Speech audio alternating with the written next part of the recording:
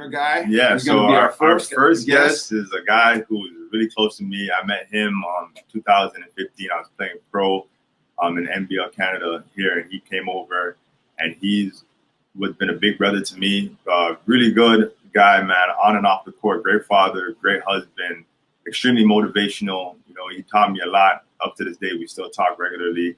And that's Akeem Scott. Played on the Jamaica national team in 2012, and he's been playing pro for probably a decade or more all over the world. He's been to dozens of countries all over the world, been playing, going hard. So let's welcome Akeem Scott. Yeah. Yo, what's happening, fellas? What's good? What's good? What's going on, bro? Everything is going on, man. Yeah. Taking it day by day, you know, with the COVID situation and enjoying the family time, you know what I mean? Yeah, for sure, man. I see you got your colors. I know you always. Yeah, you know what I'm saying? I had the rep, you know what I mean? I had the rep. So, Akeem, so if everybody doesn't know you, just tell us a little bit about yourself, your basketball journey, and how you got started, and a little bit about yourself.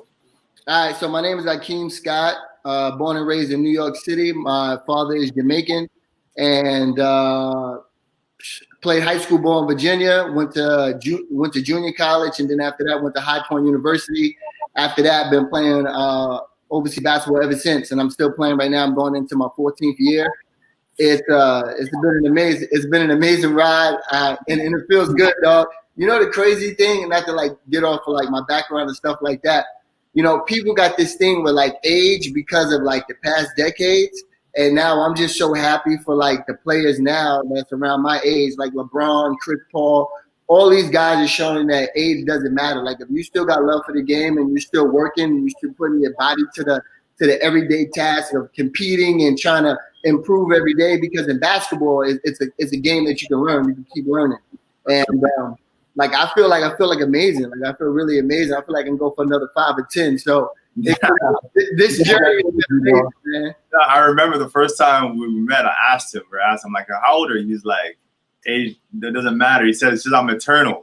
he said age, I still don't know how old he is to this day right now. But you know what I mean? You've been preaching that, and I'm happy to see you keep hooping, man, at a high level, man. Trust me, you're inspiration, truly, man. I appreciate it. Yeah, man, for all you guys out there that's getting up there in age, man, don't believe in time. Just listen to your body and continue to just work until you feel like it's time for you to get up the game. Yeah, absolutely. So you said your connection, your dad is Jamaican, right? Yeah, my pops. So growing up with a Jamaican dad, how did that shape you just in life or like in your basketball journey? How did that Jamaican heritage, that culture that you were brought up with kind of shape you? What are some things? All right, so my dad, I come from a single parent home, which is my mom raised me. Okay. But my dad used to come get me and take me to Brooklyn. They made sure that everything was Jamaican. They were like, yo, we making sure that the food you eat, the music you listen to, everything. So my grandmother, if I wanted a cheeseburger or something, that didn't exist. Right. You're gonna eat this curry goat, you're gonna eat these oxtails, you know what I mean? Right. Yeah. They from a young age, and I didn't know that when I become a grown up how much that would mean to me. But at a young age, like what my father and my grandmother like installed in me of loving where I'm from, you know, that part of me, it became so much bigger when I got to put Jamaica on my chest. Yeah, right. I mean, like the first time I put that jersey on, I remember the chill I got. I thought about my pops. Right. I'm like, oh shit, it's gonna be a problem today because I'm about to go crazy. Like I just felt that vibe, right? It's crazy. And just growing up, man, my pops always wanted to make sure that he knew, like I knew what that side was like. You know, sometimes when you grow up in a single parent home, you just focus on, you know what I'm saying, on that one side that's raising you. But anytime my pops got his hands on me, there was always reggae music. There was always the culture inside of the house. They were speaking patois, even if I didn't understand everything, you know. I had to like really like reach in there and be like, what? You know what I mean? So it was like it was a great. I didn't know how much I would appreciate it until I got older. And that's when seeing my passport come in and then going to Jamaica. I've been to Jamaica before I got my passport, but going there as a citizen, it was different. Like I went into the citizen line. So everything was more chilling for me. Right. Yeah. I think we connected like that too. Cause me come from a single parent house with my mom is from Barbados, but my dad is from Jamaica. Right. So, but like Caribbean background, but every time I'm with my dad, with my grandma who passed last year, God rest her soul, like those are like two of the most influential people in my life, right? And they're strong Jamaican roots, strong Jamaican heritage. And like you said, now growing up, I just have my son, and like I want to make sure that I'm teaching him the same roots, that was passed down to me. So I think, it's great to hear people telling you this story, right? So you talked about getting your passport, getting nationalized. What made you decide that you wanted to go get that passport, put Jamaica on your chest, and like what was the process like for anybody who's out there? Because I know there's a lot of Jamaicans out there, like all over the world, that don't know exactly how to go about the process. So my situation was crazy. Like I had no idea Jamaica had a national team at the time. Like I had no idea. So I go to New York. At the time I'm living in Atlanta. I go to New York. My agent wanted me to get the passport so I could be a dual citizen and he could offer me to different countries. Yeah. Right. So that's why I got the passport. So I get into the to go get the passport or whatever. I'm doing the paperwork. So the lady just randomly says, because she see basketball player on my paperwork, she was like, "Oh, so you gonna play for the national team?" And I was like, "What?" She was like, "Yeah." She was like, "Yeah." She said, "You don't know?" She said, "You're a basketball player. You don't know your country has a national team?" And I was like, "No, I don't." So it's crazy. She gave me this email to this lady named Ennis, and I sent the email over to her. I showed her like my links of me playing. And I got a message immediately, like, "Listen, we're gonna have a tryout," and this is how my process went. And we was like, she was like, "We're gonna have a tryout in Orlando Magic facility, and we want you to be there." So they bought my ticket and everything. And when I walked into the gym, my perspective was I was gonna walk in and I was gonna just see, guys from Jamaica, and I'm just gonna be like, you know what I mean? Like I just thought that's what it was gonna be. I thought I was special, like. I didn't know it was 300 of us. I was like, "Oh shit! Like, what is this?" Right. Patrick, I walk in the gym. Patrick Ewing Jr. He's shooting, warming up. You got Roy Hibbert coming in another day or two. We had Wayman Rose, who was like at that time he had just won the championship. Adrian Uter. I'm like, God damn, these are like all these dudes I usually bump into in in these different stages in Europe and stuff. Right. And so this is how my process went. I had to go through a tryout where every day 15 or 20 people was getting cut. Yeah. Yeah, bro, it was crazy. So like literally every loose ball, like I'm diving on that, like because you have to look a certain way. You know what I mean? You gotta play like, yo, this is the last day, because every day you're watching people get cut. So that was part of my process, man, going through that big tryout. And then it was like maybe like 17, 18 people left, and this was the last cut. Right. And I was on the third team in practice, and we had to play against Roy Hibbert team and Pat Ewing team. And, we're doing the scrimmages, and we are literally whooping everybody with the third team, everybody. And Pat Ewing, he takes the ball, Pat Ewing Jr. takes the ball, and he throw it. He said, "Who the fuck is this kid? What's happening here?" And then the coach was like, "Yo, like, we have no idea what's happening right now," because I'm like, at that moment, I was outplaying all the starters and the people who were there. So that's how I got my spot, just by outworking everybody. And then from then on, it's just been all right. Jamaica national team.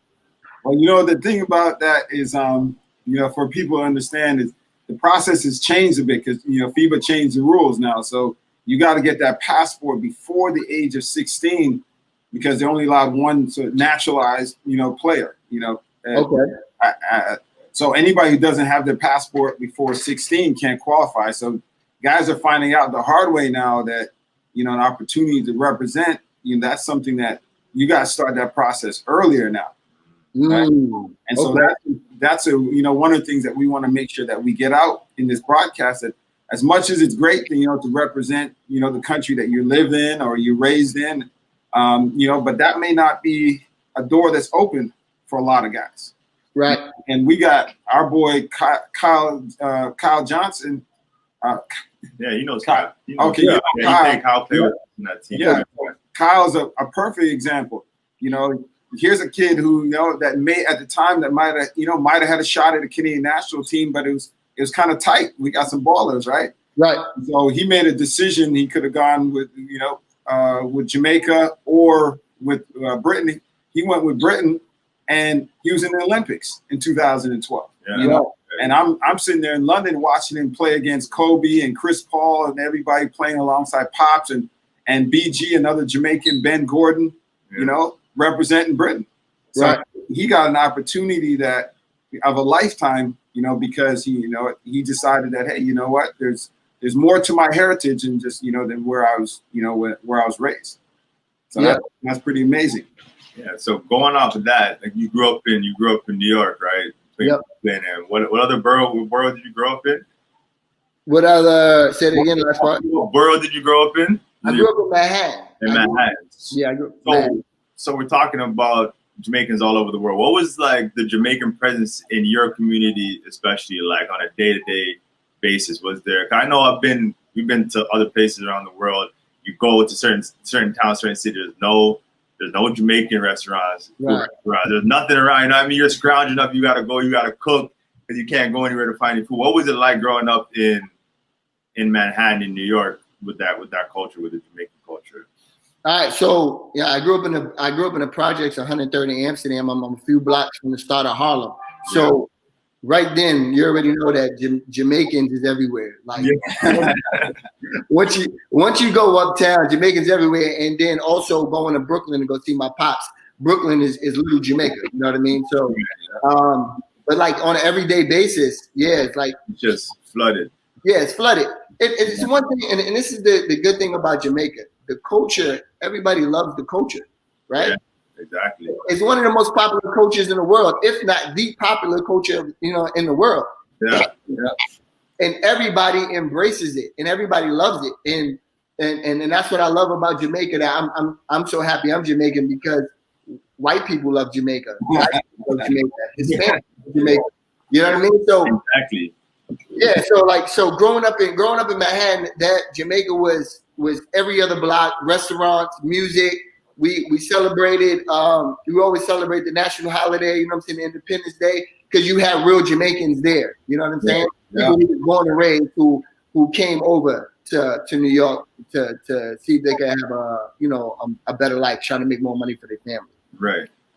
And that's like Toronto, and I think I got a couple generations on him, but the Jamaican influence in Toronto, people don't understand. Like, that you come from Jamaica to Toronto, like you don't feel like you've missed a beat, right? Like from real, yeah.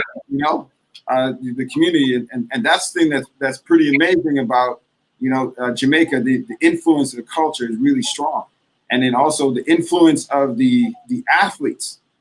And I think that's one of the things that we're trying to show people, that even though Jamaica itself hasn't had that sort of presence on a world stage for basketball as a country, but in communities like where you came up and us, I mean, we're running some of the best basketball players in our community for generations.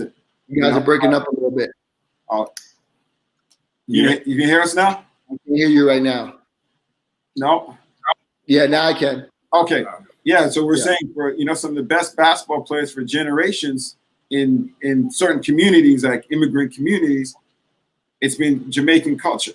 Jamaicans leading the way. So in your area, who are some of the big Jamaicans that you saw coming up that you recognize, that even now in hindsight, looking back at it, you may not even realize they're Jamaican until later on, but was there any sort of big name Jamaican guys that really stood out to you when you were young coming up? No. You know what?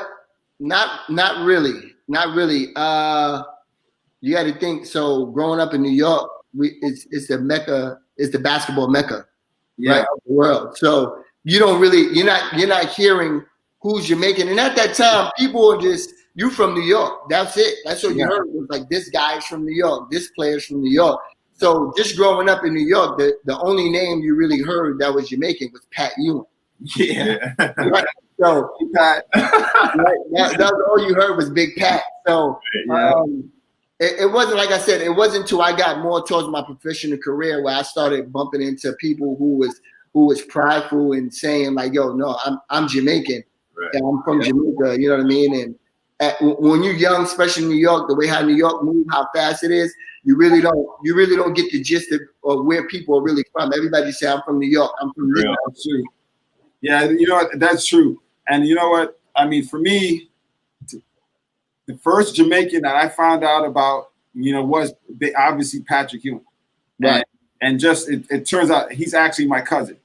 That's my grandmother's, nephew, or he used to call my grandmother aunt, basically.